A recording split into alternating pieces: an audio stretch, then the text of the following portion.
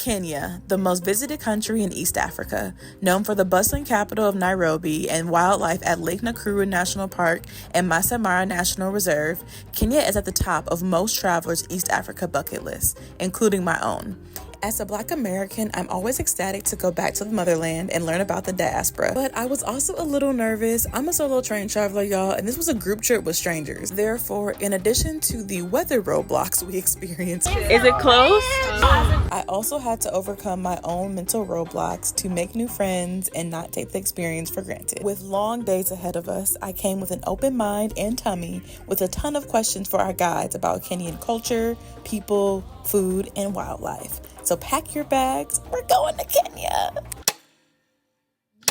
I am in Kenya for the next 8 days with Intrepid Travel and Nomadness Travel Tribe. I won this trip last September when I submitted a YouTube video on why I am a conscious traveler. And part of winning is also getting a spot on this BIPOC mentorship for digital storytellers in the travel space to refine our skills and also learn in a beautiful country. And little did I know that it was going to be Kenya. So right now we're about to head to the welcome dinner. Today was a chill day. I arrived really late last night, but also got in with some of the other travelers on the trip. So it was nice to hang out, to eat together. We've been hanging out for the past 24 hours, enjoying the pool, but we're staying at Sarova Lodge, which is a really nice hotel here in Nairobi. But yeah, we've been hanging out by the pool. We had a really delicious lunch, just kind of been relaxing until tonight when everything commences. So I'm so excited to be here, so excited to take y'all along with me and show y'all what they have planned for us in Kenya. So let's go. Once everyone arrived, we got to know each other, as well as our guide Patrick and two trip hosts, Sama and Courtney, so that the next day we could eat breakfast, pack up the Jeeps, and head out on a walking tour of Nairobi with our local guide Clinton. One place that struck me was the Memorial Peace Museum built in honor of victims of a 1998 terrorist attack on the embassy. Inspired by some of the survivor stories, I asked Clinton why sharing his country's history is important to him. I think I love Kenya because the people are welcoming. I like being a tour guide simply because it makes me experience different people, different cultures, and also it's a way of making good friends and also learning more about them. After a visit to the National Archives, we headed to lunch for our first communal-style meal of the trip. One thing I learned about food culture in Kenya was the overlap with Indian cuisine. Both rely a lot on rice, lentils, potatoes, tomatoes, and flatbreads like roti and chapati. Also samosas, and I, for one, was not complaining. Everything was delicious. Full and ready for our next stop, we skipped walking and decided to have our first, more local experience riding the bus. We are taking the public bus. It's called a Nganya. Nganya. With an M? Nganya. Nganya. Or the matatu, which means three wheels, because they be driving like. So yes, it's a little hot. Okay, I got on long sleeves today. We'll see if other people get on. It may just be us. Oh, okay, so it's not crowded, but we are on the bus. The wheels on the bus go round. Feeling very, very local right now. Love it for me. What do you think, Betty? So good. Living life. You know, we're just living life. Living my life like it's golden. Living my life like. And then pan out to the credits. Right. I didn't film a whole lot on the bus because I didn't want us to stick out more than we already did as tourists, but we swiftly left Nairobi to head to our second location, Lake Nakuru Sopa Lodge. If planning this for yourself, the ride is roughly 3 hours, give or take depending on traffic.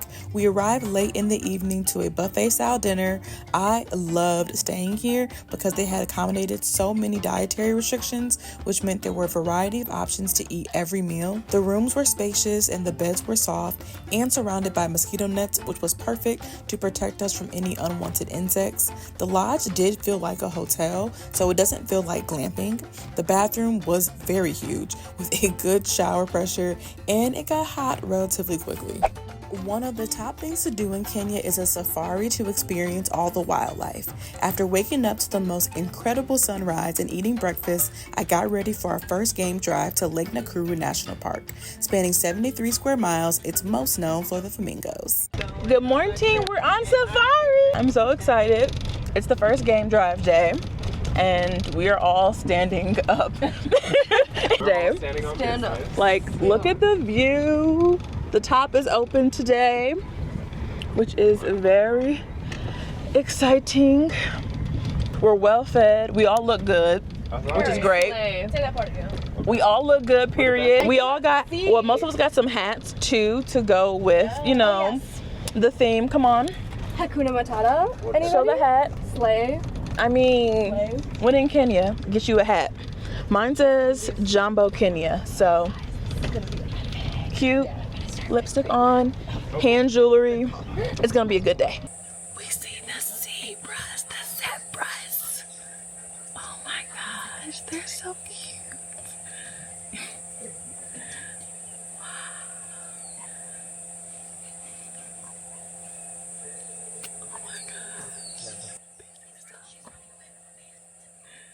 A Kenyan safari will have you feeling like you're hosting a show on National Geographic. The wildlife was abundant and I had no idea what we'll be seeing next, but I knew I needed to stay ready. Okay, so apparently these buffalo are very dangerous and we need to stay away because they can attack at any time. Oh, a warthog, a Pumbaa, where's Timon? The view is crazy though. We are out.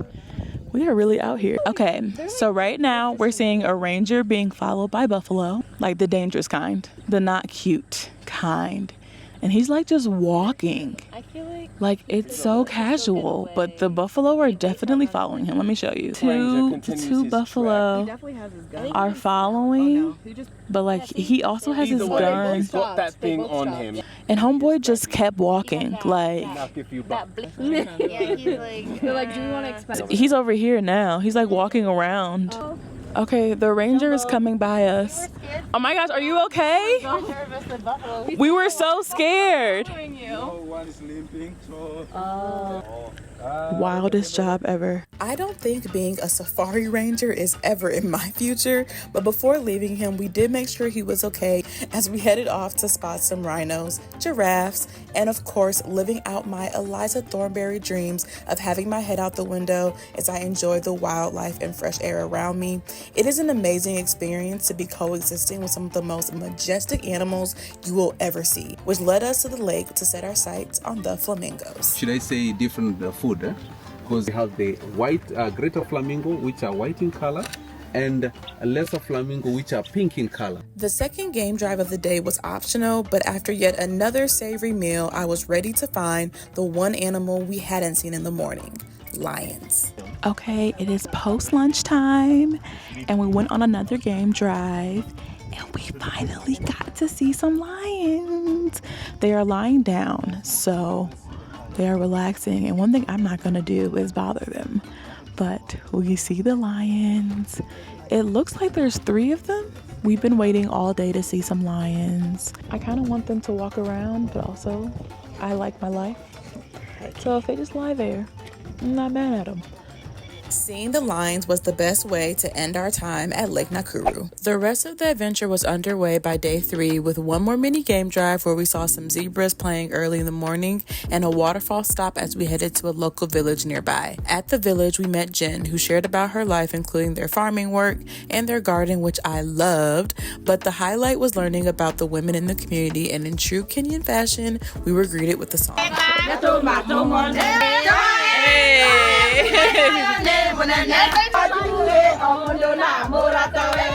Since Kenya is known for their safaris and wildlife, I think it's easy to just focus on that as a tourist. But as a Black American woman, the hustle and creativity of the Kenyan women we met felt familiar. It reminded me of the "we got this" energy of my aunts, mother, and grandmothers, and really set the stage for our next visit to the Tepesua village, one of the homes of the Maasai people. The Tepesua Widows Income Project is a community organization that helps widowed women provide for themselves by creating eco-friendly handicrafts, and we got to meet Helen, the founder and one of our Maasai hosts. My aim when I started this project is to empower both women and girls and also the community. Now by bringing clients here, they come here. They don't only go to see the wild animals. I'm happy that Intrepid, they take time and they go and interact with the community. And that is one way of empowering community. So we are doing community ecotourism. As someone who shares so much of her culture with others, including how the Maasai people are so connected to the earth and even use it as earrings, I wanted to know why Helen thought it was important for Black Americans to come visit the continent. I think it's very good so that you come and learn different cultures from your culture. And also we learn from you, because most of the community, especially here, they have no idea there is blacks in America. They don't know, most of them they don't know. But those who have been to school like me, I know they are blacks who migrated to America or to Europe in general. But for them, like now when they see black people like you, they think you are Kenyan. After obsessing over her colorful jewelry, watching one of the Maasai warriors get his ears pierced with a stick, and learning how the women create makeup from plants. It's like turmeric. I realized this was probably one of my favorite experiences of the entire trip, which is why I was determined to buy some jewelry despite the downpour that drenched us. To shop in the rain.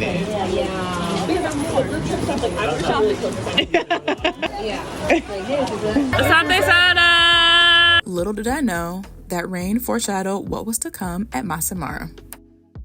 Good morning and welcome to our last lodging of this 8-day Kenyan safari. I am at the Zebra Plains Mara Camp, which is a luxury glamping experience with 8 tents here on the property. It is Kenyan owned and operated, and 80% of the people who work here are from the local community. It's a beautiful facility. It's a secure facility. The bathrooms are huge. The room is huge, and you get a view from your balcony. So it's been a wonderful experience thus far. We got in late last night, had a nice candlelit buffet dinner, a wonderful breakfast this morning, and later on we are headed to our first game drive because Zebra Plains is located on the Masai Mara Game Reserve. So I hope that today we are going to see the Big Five. As I mentioned, in Lake Nakuru National Park, you don't get to see elephants. So that is one thing I am looking forward to seeing today, as well as the lions, the rhinos, the buffaloes, the giraffe. And if you're wondering why Masai Mara National Reserve is one of the most popular, most coveted safaris in the world, it's because its nickname is home of the big cats. So this is the place you come to if you want to see lions, leopards, and cheetahs, because they have the highest concentration than any other safari or wildlife experience in the world. So not just Kenya, in the world. So if we're lucky today, we will see all three. We are in rainy season here in Kenya, and there is a river called the Talek River that is behind or around the hotel that apparently last night overflowed. So it was really low yesterday, and today it's a bit too high. So our wonderful driver allowance, who has been driving us around this whole time and a really great guide information about all the places we've been going, said that he has to find a new route. So that's what we're doing now, but we are determined to see the Big Five, the Big Nine, and all of the cats, the big cats. We've been promised elephants and cheetahs, but maybe not leopards. And yeah, maybe not leopards. Yeah, I know I said earlier that like they're known for leopards, but Lawrence also said that because of like the wetness, there are some areas you can't go into. So I don't know if we're gonna be able to see the leopards, but we're gonna see what we're gonna see, and we're gonna love it, and it's gonna be great. Okay, so this is the bridge we were supposed to cross, but as you can see, it is not possible to cross it at all. So we're going to find another entrance into the Masai Mara National Reserve, but yeah, if we were to cross this, we would be swept away. So we are going to figure something else out because we cannot cross that. It is impossible to get through. How are we feeling about the, you know, the transition and not crossing the river? It's gonna be alright. We are adaptable, honey. It's gonna be adaptable when you're doing things that involve nature. Period. We're real positive over here. So let's see when we cross it. Okay, we are about to cross the river. The second bridge, the water is still really high, but it's We're crossing the river now. And I think we're gonna make it. Low it.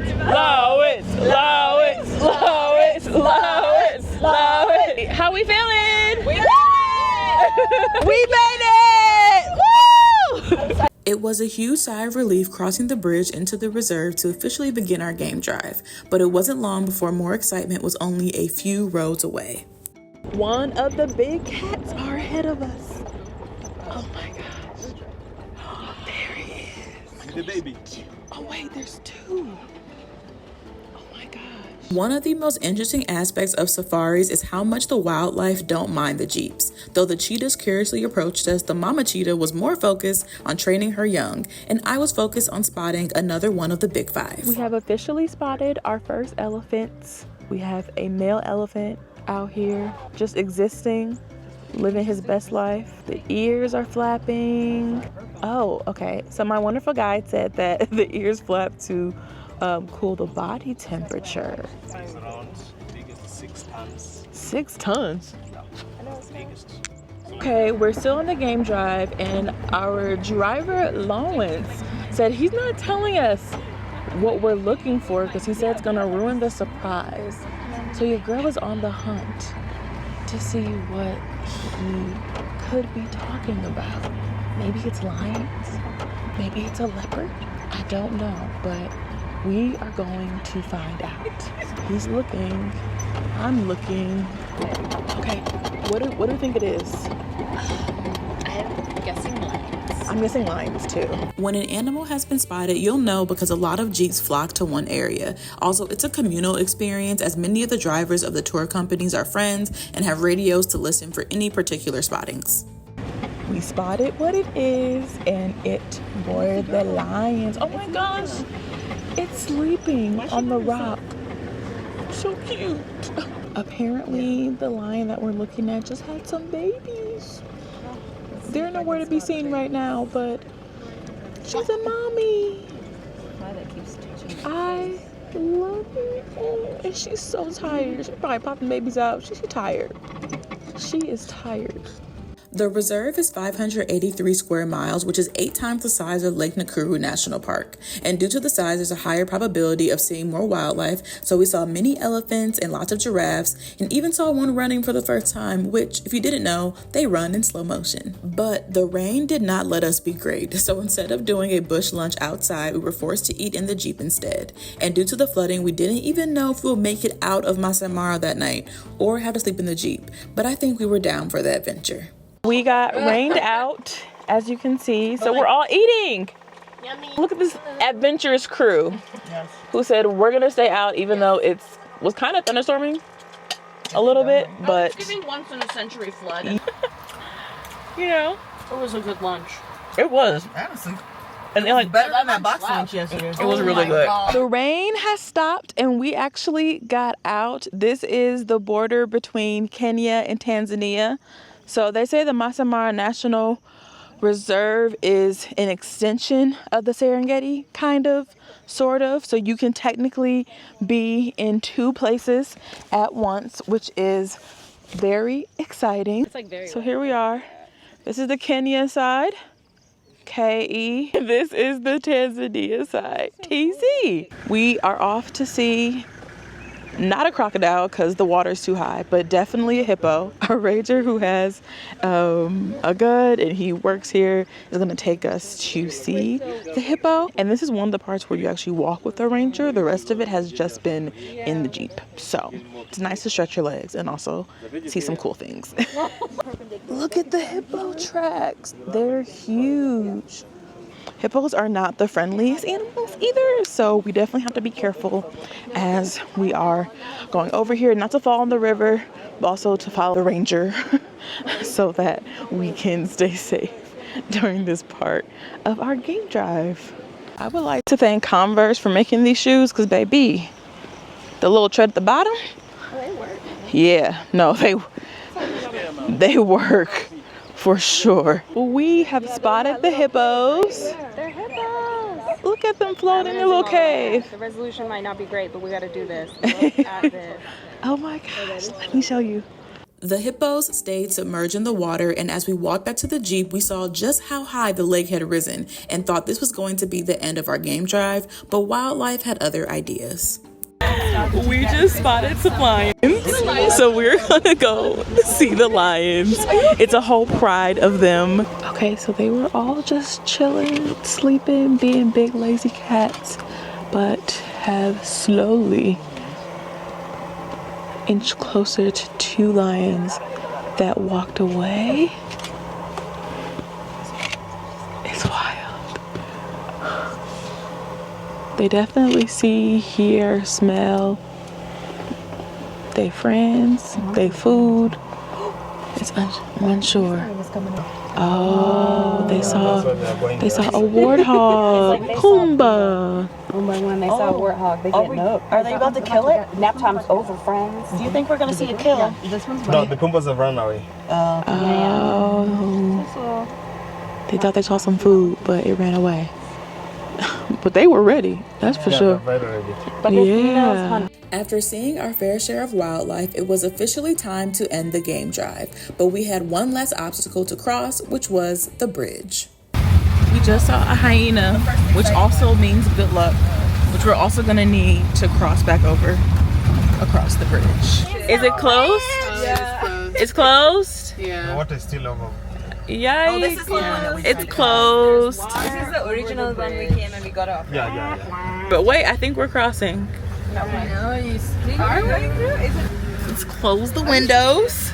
Oh, okay. Oh no, we see it. Nothing. That's what happened. This is the water we're crossing.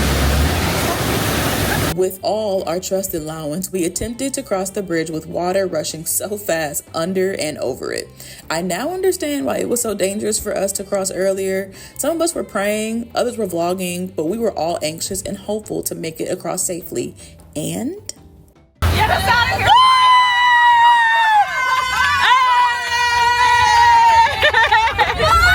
We made it! Lawrence! We're not staying overnight at the campsite. We made it! after the second huge sigh of relief for the day, we finally made it back over to Zebra Plains Mara Camp just in time for Patrick to not have a heart attack. I was lying on the bed. I saw the video. I was like, Patrick, how are you feeling?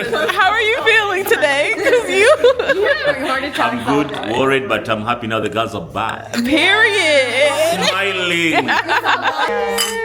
To the bridge. To the bridge. A nice drink after a wild day on a game drive. Those people who were there know. If you know, you know. Cheers. Me giggling in the background, giggling hysterical. The last activity that many of us were most excited for was taking the hot air balloon ride over Maasai Mara. With an early wake-up call to see the sunrise, plus a trained guide, the group got ready to fly high in the sky, and boy, was it worth it.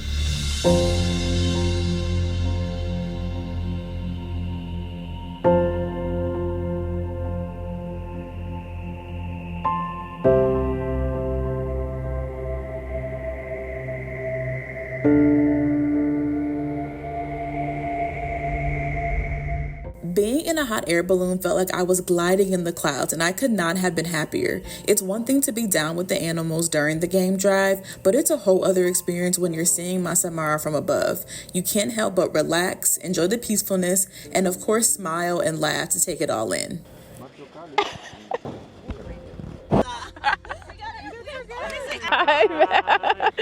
But all incredible experiences must come to an end, kind of. As we descended back to the Mara, hopped out of the balloons, and hopped back into the Jeeps, there was a hearty experience waiting for us just a short drive away. It is post-hot air balloon ride, and we're having a champagne breakfast!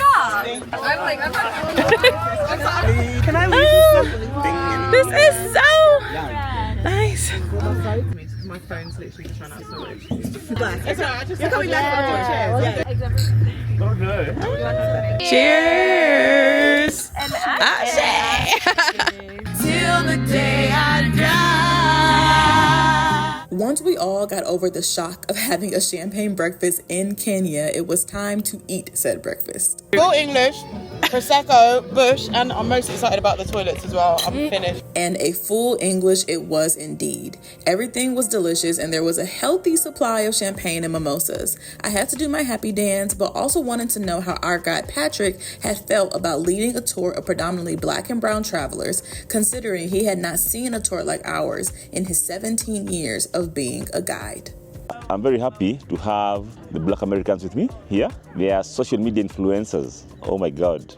This is nice because I've never had a group like this. They are very happy and they are very respectful of their culture. It is very important for you guys to come back here in Kenya or in Africa to see your roots, where you come from, what you have, and we are here with our open hands welcoming you back. Oh my God. The end of the champagne breakfast marked the end of our safari in Kenya. We got to do another short game drive on the way back and even crossed the same bridge from the day before with a lot less anxiety. Relaxing by the pool for the rest of the afternoon with drinks, music, and conversation, our last meal at Zebra Plains felt like a family dinner and ended with a welcome surprise from the Maasai workers who we had gotten to know during our time in the Mara.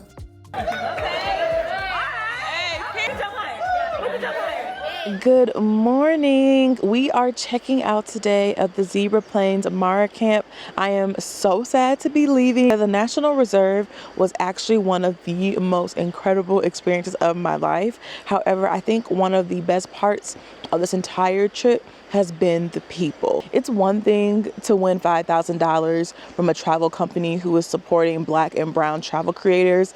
It's another thing to get a free trip on top of that, and then to go to Kenya. So I am feeling super blessed. I'm feeling super grateful and thankful that I have been able to spend this time learning and growing, not only as a traveler, getting to know Patrick and our drivers and all the guides, Jen and Helen, the women who are making handcrafts and supporting their local communities and their children and their families, but also learning from other creators on this trip, people who I followed for a long time and have looked up to be here and learn from them and meet so many new people is something I don't think I'll ever forget. And I just can't believe this is like what I'm able to do. So I'm very happy that I took that leap.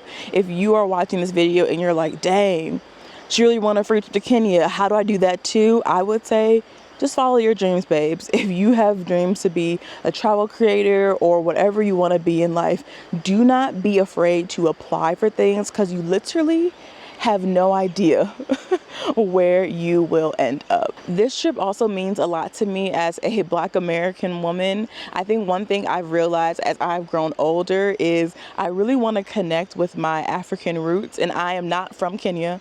I do not have roots in Kenya directly, but what I love about traveling is that you're able to learn about Black folks around the globe and Black folks who are part of the African diaspora. I think talking to Patrick, talking to Helen, and hearing their perspective on why it's important for us to come back to places like Kenya that we may not be from directly, because a lot of us are from West Africa or have West African ancestry in countries like Ghana and Benin, which I hope to visit one day too. But just being able to see other Black folks and their cultures and traditions and learn from them and get to know them, even if it's for a brief time on a tour, I think is a great privilege and something I do not take lightly. So if you're also a Black American watching this video, come to Kenya. just again to get to know them. And it's great to see them outside of all of the stereotypes that we normally are presented with in Western media. So I have so much to be grateful for, and to share this experience with other Black Americans honestly is one of the greatest privileges I've had as a traveler and a travel creator thus far. We're about to head out real soon. We have a day or two left in Nairobi before we officially end the trip and head back to the United States. And I do have a few fun things planned. So we're gonna pack up, eat breakfast, and head back to Nairobi. The 5 to 6 hour drive back to Nairobi commenced, and we had to bless Patrick and Lawrence with our Jeep tunes, aka our wonderful on-key voices.